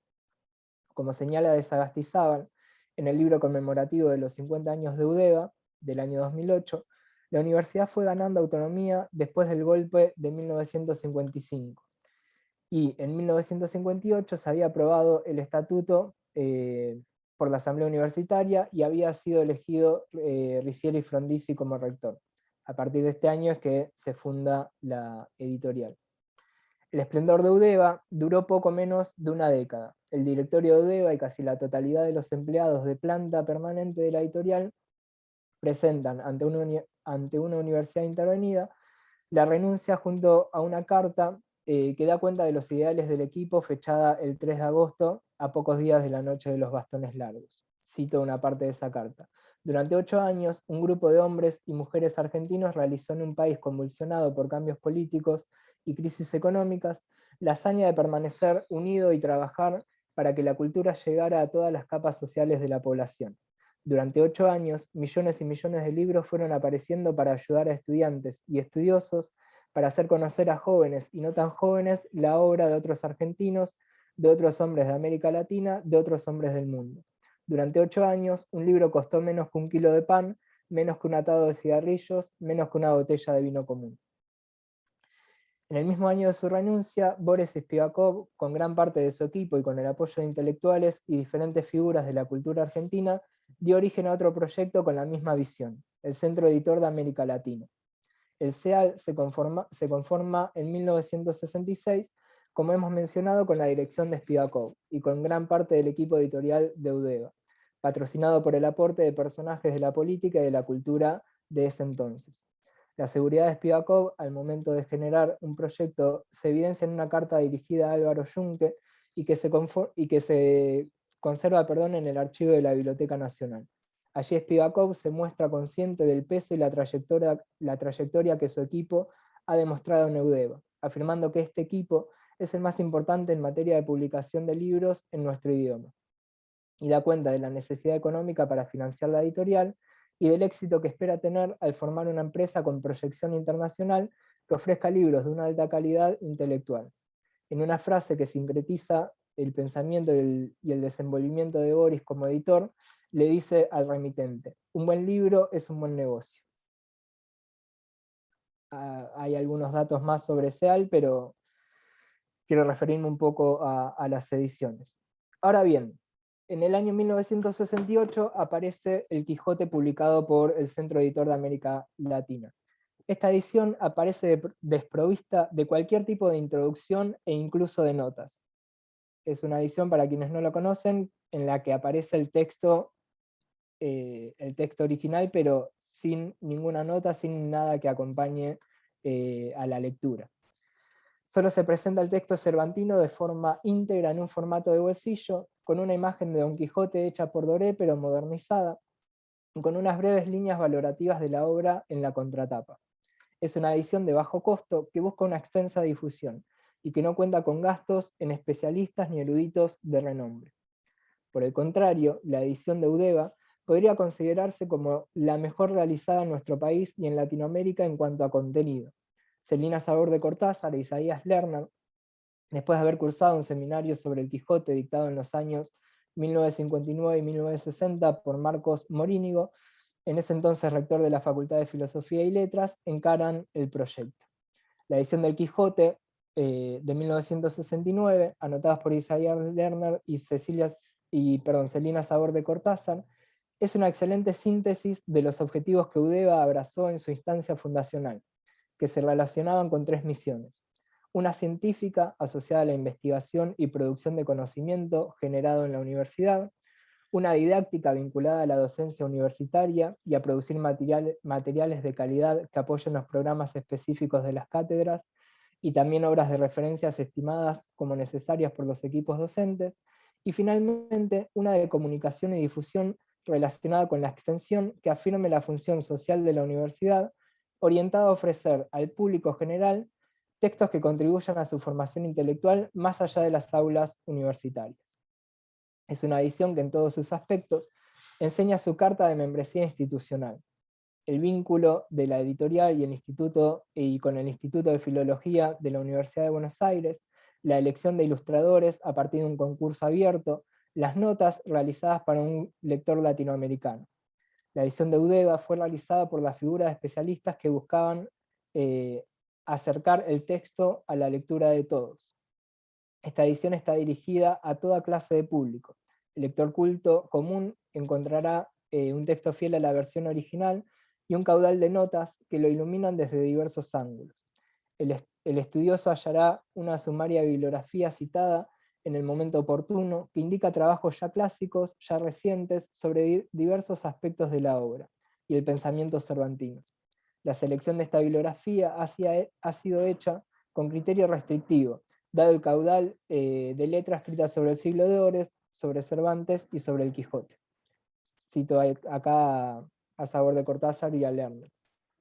Como hemos ya adelantado, detrás de ambas publicaciones encontramos la figura de Boris Spivakov y su equipo editorial. Sin embargo, el resultado de ambas ediciones es muy diferente, y cada una da cuenta de ello. Además del aparato de notas y el estudio introductorio, como hemos mencionado, cuenta con las ilustraciones de Roberto Páez, que se granjeó la posibilidad de participar al ganar un concurso que se realizó para tal fin, en el que participaron más de 210 artistas internacionales. El año que estaba previsto para la publicación de Eudeva fue en 1966, en el que la edición, y la edición fue postergada hasta el año 1969, pero no figura ninguna mención sobre los hechos que retrasaron esta publicación. De todos modos, en el año 1966 se hacía referencia al 350 aniversario del paso a la inmortalidad del autor. En ese año también aparece casualmente la publicación de Claridad. Las características y las posibilidades de gestión de una editorial universitaria que funciona en buenos términos se ven plasmadas en el Quijote de Eudeva, más allá de que oportunamente, o sea, por toda esta cuestión de la dictadura, no esté detrás de esa edición la figura de Boris y su equipo editorial, ya estaba preparado el material para esta publicación. La riqueza de esa edición de ningún modo podría haber sido alcanzada, aún con el mismo equipo, por la edición de la CEAL. En los archivos de Eudeva y en las actas consultadas no hay información referente a la postergación de la publicación, y tampoco figura en las actas nada sobre el momento en que se envía a la imprenta. El valor que tiene para el Estado un aparato institucional y académico autónomo como fue la UBA en ese entonces, a pesar de la intervención, puede verse reflejado en ambos tomos. Bien, hasta acá sería el trabajo. Después yo lo que vengo tratando de indagar es, que lo comento como a modo de conclusión, es pensar un poco también en las intenciones de Boris al publicar en el mismo año que renunció a su cargo en Eudeva y en que la facultad fue intervenida, una obra como El Quijote, que bueno, precisamente puede ser interpretado desde varios ángulos y desde varias perspectivas, pero bueno, una de ellas es precisamente la figura de Quijote como un personaje que se presenta contra el status quo, lo establecido, y contra cualquier tipo de avasallamiento de la libertad. Entonces, estoy tratando de indagar un poco más en la figura de Boris y pensar, bueno, ¿por qué esa urgencia de publicar a El Quijote el mismo año en el que fue destituido de su cargo, sin hacer una mención específica y sin tampoco hacer eso, por ahí un estudio introductorio o un prólogo que justifique esa edición del Quijote, ni tampoco hacer referencia a los 350 años de la muerte de Cervantes? Lo que me llama la atención de la publicación de la CEAL es que precisamente solamente se conserva el texto, que obviamente el texto ya aporta el significado necesario y se pueden hacer interpretaciones en base a eso. Lo que me sorprende es que no haya manifestado de manera explícita, pero estaba la censura detrás y posiblemente hubiese censurado cualquier mención de ese tipo, pero bueno, me parece paradigmática esa publicación de 1966, que es de las pocas que se da en el contexto de la dictadura del Quijote precisamente. Bien, muchas gracias. Bárbaro, gracias Martín. No sé si estamos en horario, no sé si los organizadores, si tenemos tiempo para algún comentario o alguna intervención, o no sé si me escuchan. Bueno, no sé si hay algún comentario, alguna consulta, alguna observación, alguna queja. Sí.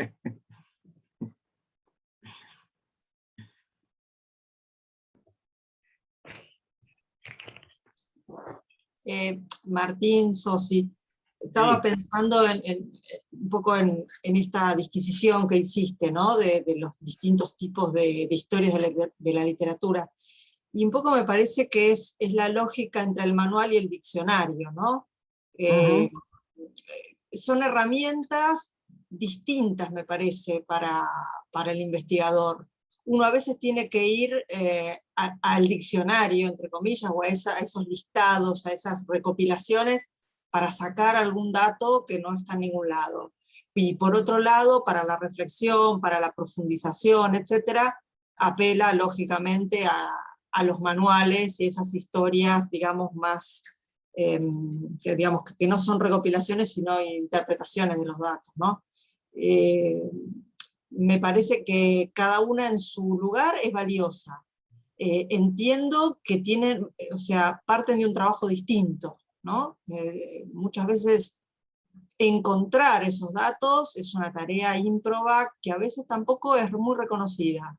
Y por otro lado, hay que tener también la capacidad para interpretarlos, que no, tampoco es para cualquiera, ¿no? Sí, sí, por supuesto. Sí, sí. Así que bueno, te agradezco, me gustó mucho.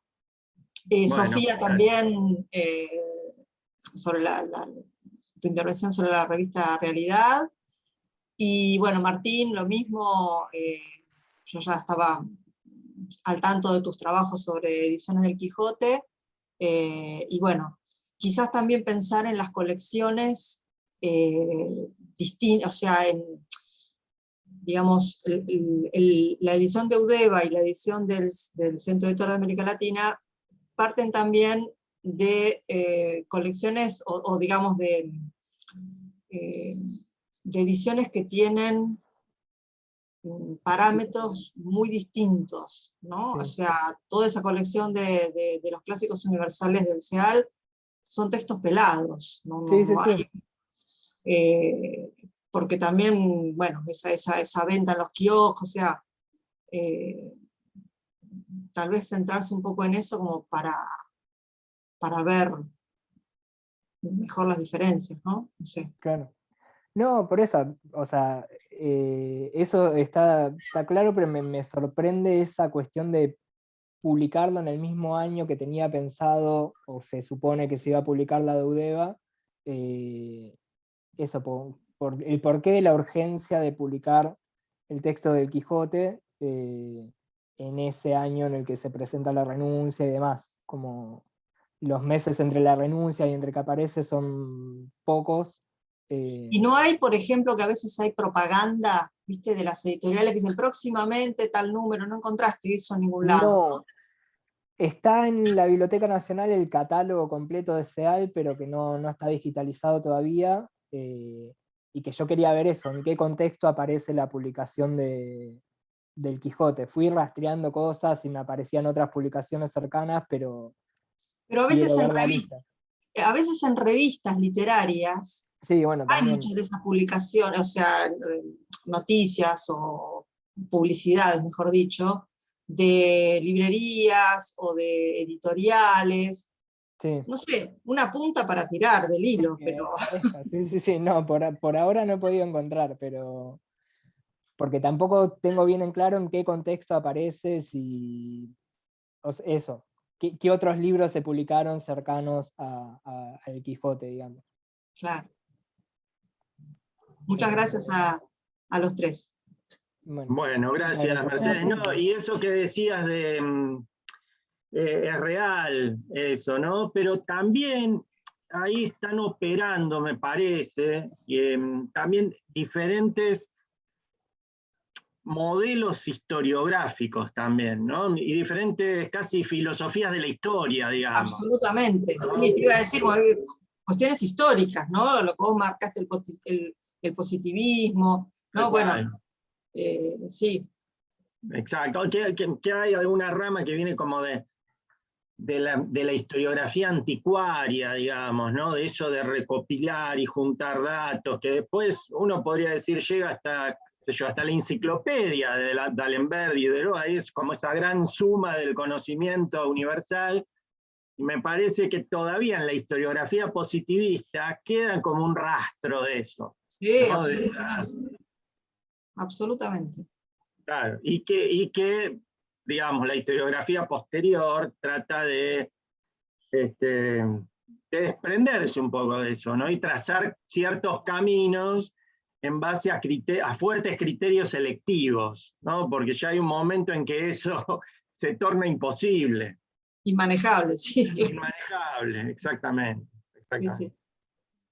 Sí, de hecho, bueno, quería intervenir brevemente. Estaba justo la primera intervención, la escuché ya empezada porque no me pude conectar antes. Sí estaba un poco más al tanto del trabajo de Sofía sobre todo y de Martín, que me parecieron muy interesantes los tres trabajos, y cuando escuchaba el primero, la parte que pude escuchar, me venía también, en relación con lo que estaban comentando recién, la cuestión del coleccionismo, ¿no? Y cómo el coleccionismo también tiene un papel importante en estos compendios bibliográficos, o en estas, digamos, lo que empieza como práctica del coleccionista después termina siendo también una base de datos importante para el trabajo historiográfico, ¿no? Que me parecía que estaba Sí, tal ahí cual. dando vueltas en torno a estas ideas sobre la reconstrucción del pasado. Lo mismo también, un término que aparecía en un par de citas, no sé si me perdí otras, esta idea del valor, ¿no? Que también tiene que ver con un criterio selectivo que muchas veces aparece en la conformación de colecciones, ¿no? Bueno, lo que es valioso para una colección puede no serlo para otra. Bueno, y cuál es ese valor, cómo se fija ese valor, ¿no? Pero bueno. La atención un poco a lo que decís, Federico, el tema de la bibliofilia ocupa un lugar central, ¿no? O sea, esos bibliófilos que son los primeros que empiezan a hacer catalogaciones descriptivas de sus materiales, y bueno, y lo que después va a ser la bibliografía material ya con un plus de interpretación, un poco lo que expuso Martín Calabrese con respecto a la New Bibliography, ¿no? Claro. Sí, en el caso de, por ejemplo, de Menéndez Pelayo, está la cuestión de cómo acceder a esos materiales, ¿no? Entonces, en la bibliografía, o en una parte de la bibliografía de Menéndez Pelayo, se ve cómo intercambia correspondencia, medio desesperado, pidiendo material, ¿no? Que le hagan llegar material, no sé, con Rufino José Cuervo, con Del Monte en Cuba, ¿no? Con tipos de distintos países que de algún modo le acerquen catálogos con los cuales él a su vez va a construir su propio catálogo, ¿no? Sí, es un rastreo. Claro, bueno, lo que, por ejemplo, el catálogo de Salvat, el catálogo de Palau, ¿no? Se siguen utilizando hoy por ese cúmulo de datos y de información, que en algunos casos hoy es incomprobable porque esos ejemplares han desaparecido. Y en algunos casos ni siquiera ellos los vieron, los registran porque dicen que alguien los vio, ¿no? Que es el otro gran problema. Sí. En ese tema, ¿no? Pero bueno, el mundo del coleccionismo para mí es apasionante. Sí. Apasionante. Así que bueno.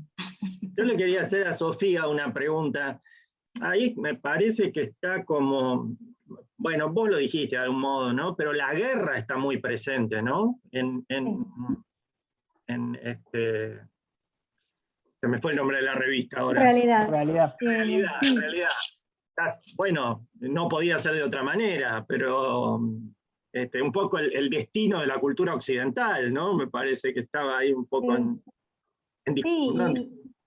Sí, en discusión, por supuesto, y aparte el temor de lo que viene, porque estaba, digamos, muy presente la idea de la inminencia de una tercera guerra, o de, bueno, la Guerra Fría, que después se concreta, pero ese temor está muy presente, y justamente la idea es esa, salvar la cultura occidental de esa inminente, no sé, fracaso, colapso, digamos, y por eso también está muy presente el tema del Holocausto, digamos, en otro tipo de artículos que no son los que yo incluí porque bueno, me centré en Carta de España y en la literatura, pero digo, sí, está muy presente el temor de la guerra y los efectos de la guerra, y bueno, y diferentes posturas, ¿no? Digamos, no es una revista que tenga una única mirada, y eso también es muy interesante. Y bueno, y en el caso de España, el tema del franquismo en esta sección está muy presente, ¿no? Los efectos del franquismo en la cultura, y bueno, y la situación cultural que estaba viviendo en España. Que sí, la guerra y la posguerra son temas muy presentes, dos temas muy presentes en la revista. Porque además debe haber, seguramente algunos de los colaboradores serían exiliados. Sí, por supuesto, ¿no? Claro. Sí, a ver, quizás faltó un poco de contexto por un tema de espacio, ¿no? Pero Sí, sí, claro, claro. los tres que yo menciono, bueno, Francisco Ayala, que es el que me centré, era exiliado, Lorenzo Luzuriaga también, Guillermo de Torre está viviendo en Argentina, no es concretamente un exiliado, pero sí es español y estaba en Sí, sí, sí. Argentina desde antes, pero y la presencia de esta sección, Carta de España, es muy interesante porque en otras revistas de exiliados, que, bueno, Federico esto lo sabe mejor que yo, pero digo, no estaba esta apertura hacia la península, ¿no? Digamos, esto de incluir a estos intelectuales que se habían quedado en España, ¿no? Estaba como, quizás había otra reticencia a esa apertura y bueno, por eso Realidad permite este diálogo, este puente que termina siendo realmente muy, muy interesante para que se conociera acá lo que estaba pasando con la literatura española y con estos intelectuales. Por eso también mencioné que uno de los corresponsales no firma la colaboración, o sea, es José Luis Cano, pero pone como, dice un corresponsal, digamos, su firma es esa, ¿no? Y también por una cuestión de temor, me imagino, ¿no? Porque la situación en España fueron los años más complicados de la década del 40 del franquismo. Sí, es Sí. interesante, Sofi, también lo que mencionás, no me acuerdo ahora cuál es el autor, que eso, ante la censura de Franco en España, decide publicar en Argentina, o no me Bueno, acuerdo bien cómo era ese mecanismo, pero que se da sí, con Espasa sí. Calpe y la colección de Losada, por ejemplo, y esa diferencia Bueno, que hay eso es un tema para hacer una tesis doctoral aparte, diría yo, porque Sí. realmente es riquísimo el tema de lo que pasó con la edición. Yo lo trabajé, todo lo que tiene que ver con Realidad, un poco lo trabajé, Por y eso yo sí, no me acordaba que estaba Guillermo de Torre en esa revista, que es el que empieza con la colección austral y con Losada en Espasa Calpe, y que después abren claro, Losada se y pasa a los años. Sí, toda esa sí, data, que lo también que es yo mencioné interesante. fue a Camilo José Cela y el caso de Ah, la Cela, colmena, ahí ¿no? está. Que es esa Sí. referencia mínima que hace Cano sobre la posibilidad de publicar la colmena en Argentina, pero bueno, que abre este tema, ¿no? Esto de la edición de los exiliados en Argentina y en América Latina, porque en España el tema de la edición estaba muy complicado, ¿no? Y bueno, y las editoriales que se desarrollan acá en ese Sí. momento, en ese periodo, tiene mucho que ver con eso, ¿no? Con el Ahora, exilio, con los exiliados y esa cuestión. Bueno, creo que tenemos que ir cerrando. Me Perdón parece que que los nos viene interrumpa, hecha. pero Sí. perdón que los interrumpa, pero justo viene el panel en esta misma sala, así que tengo que ir terminando. Los dejaría que Bien. sigan, pero bueno, justo se usa esta sala después. Bueno,